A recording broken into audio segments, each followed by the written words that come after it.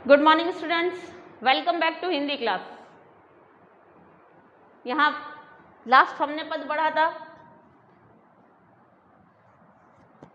लक्ष्मण कहते हैं कि आपने ये जो है धनुष और बाण फरसा व्यर्थ में ही धारण कर रखा है। अब अगर मैंने इसे देखकर आपको अगर कुछ अनुचित कह दिया हो तो हे महामुनि मुझे क्षमा करें। और इतना सुनकर परशुराम जी क्रोधित हो जाते हैं और कहते हैं, अगला पद देखते हैं। कौशिक सुनहु मंद यहु बालक।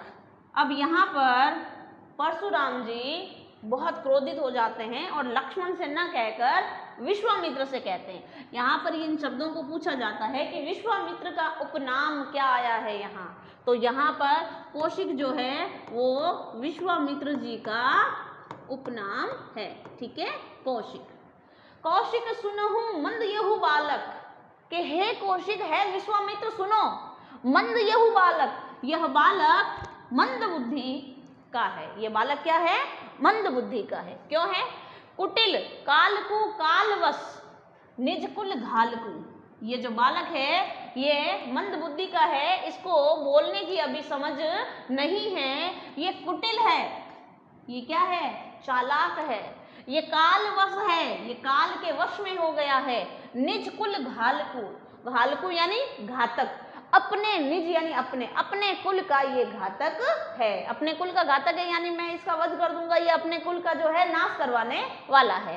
कहता है कौशिक सुनहु है विश्वामित्र सुनो, ये बालक मंद बुद्धि है, ये कुटिल है, ये काल के वश में हो गया है और ये निज कुल यानी अपने कुल का लिए घातक साबित होगा।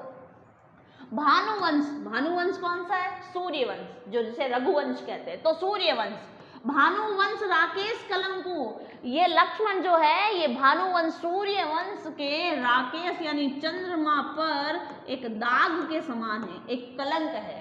जैसे श्री राम जो है सूर्यवंशी कहलाते हैं, तो सूर्यवंशियों पर के चंद्रमा पर ये एक कलंक के समान है।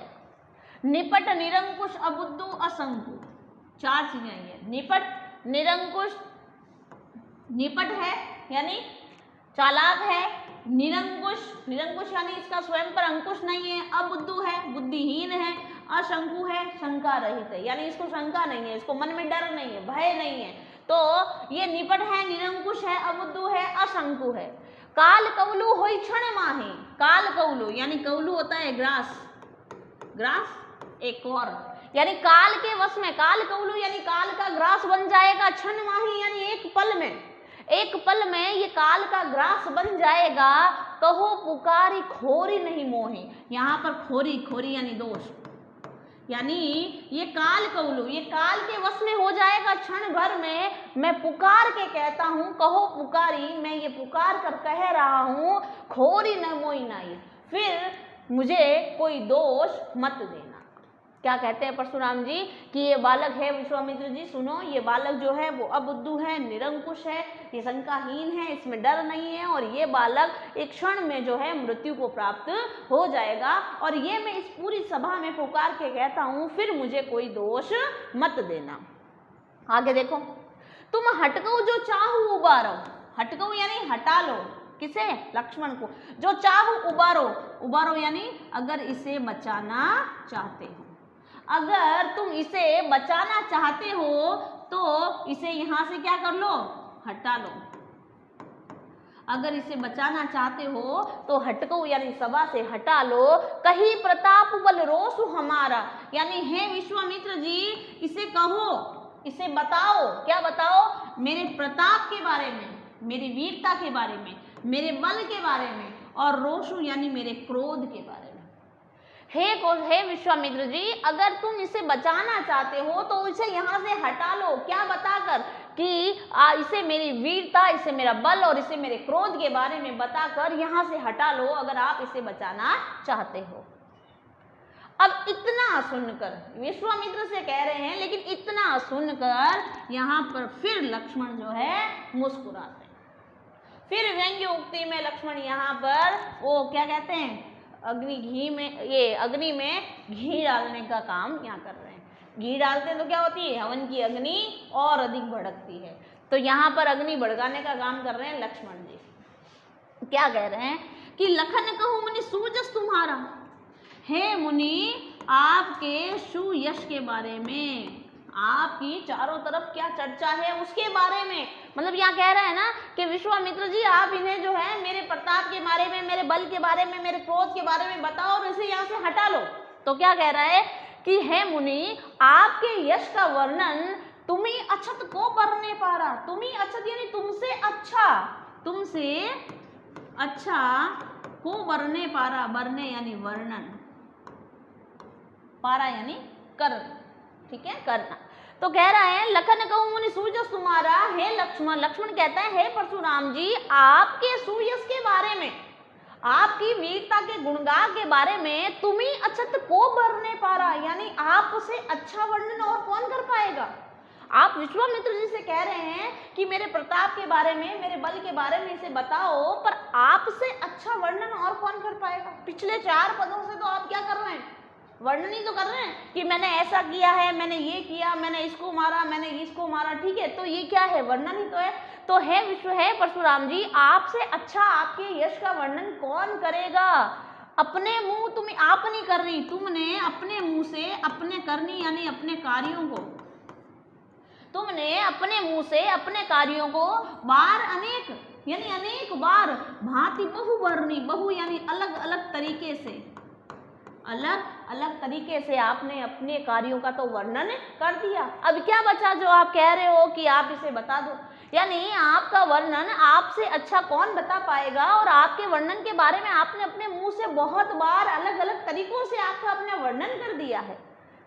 नहीं संतोष, अगर अब भी संतोष यानी संतुष्टि नहीं है, अभी भी आपका जी नहीं भरा हो तो पुण्य कछु कहो, तो और कुछ कह दीजिए। मतलब इस तरह की व्यंग्य उक्ति कह रहा है जिससे परशुराम का क्रोध भड़कना क्या है, वाजिब है। तो पुनि कछु कहो, अगर और भी अगर संतुष्ट नहीं हुए हो और कुछ कह दीजिए। जनि रीस रोकी दूसरा दुख सहु, अब क्रोध को रोक कर असहनीय दुख मत सहो। अगर आपको संतुष्टि नहीं हुई थी और कुछ कह लीजिए, बस मन में मत रखना, क्योंकि मन में रख कर आप असहनीय दुख यानी पीड़ा को मत झेलो, यानी और भी कुछ बाकी है तो कह दीजिए। वीर व्रति तुम धीर अछोबा, तुम वीर व्रति हो, वीर के व्रत को धारण करने वाले हो, धैर्यशाली हो, अछोबा शोभनीय हो, गारी देत न पाऊ शोभा। और इसीलिए गाली देते हुए, गाली यहाँ पर क्या है, अपशब्द कहते हुए, अपशब्द कहते हुए शोभा नहीं देते। आप वीर व्रत को धारण करने वाले हैं, धैर्य धारण करने वाले हैं, शोभनीय हैं, इसलिए आप अपशब्द कहते हुए क्या नहीं देते, शोभा नहीं देते। सूर समर करनी करे, इंपॉर्टेंट है ये ध्यान रखना, ठीक है। सूर समर करनी करही कभी न जनावन आपो। तो लक्ष्मण क्या कहते हैं, सूर समर, अनुप्रास अलंकार। सूर समर, सूर यानी होता है सूरवीर, ठीक है। शूरवीर क्या करता है, समर यानी युद्ध भूमि में, सूरवीर समर यानी युद्ध भूमि में। कहते हैं कि सूर समर करनी करही कहीं न जनावई आपो। कहते हैं सूरवीर जो होता है वो क्या करता है, युद्ध भूमि में कार्य करता है। क्या करता है, कार्य करता है। कहीं न जनावई आपो, अपने आप को साबित नहीं करता, अपने आप को बातें करके साबित नहीं करता है, बल्कि क्या करता है, युद्ध करता है। वीर जो होता है वो युद्ध भूमि में जाकर अपनी डींगे नहीं हाँकता, बल्कि युद्ध करता है। विद्यमान प्रण पाई रिपु, रण होता है युद्ध भूमि में, पाई यानी पाकर, रिपु यानी शत्रु को, कायर कथई प्रताप। युद्ध भूमि में अपने सामने अपने शत्रु को देखकर कथई प्रताप यानी कोई कायर ही होता है जो अपने प्रताप का, अपनी वीरता का वर्णन करता है, अपनी वीरता का क्या करता है, वर्णन करता है, ठीक है। यहाँ क्या कह रहे हैं कि सूरवीर कौन होता है, सूरवीर वही होता है जो युद्ध भूमि में क्या करता है, अपने आप को जताता नहीं है बल्कि युद्ध करता है। युद्ध भूमि में जताने वाला कौन होता है, कोई कायर ही ऐसा होता है जो अपने शत्रु को अपने सामने, आंखों के सामने देखकर अपनी वीरता का क्या करता है, बखान करता है, ठीक है। तो यहाँ तक हुआ ये लक्ष्मण और परशुराम का संवाद चल रहा है, इसे कंटिन्यू रखेंगे हम अगले वीडियो में। Thank you.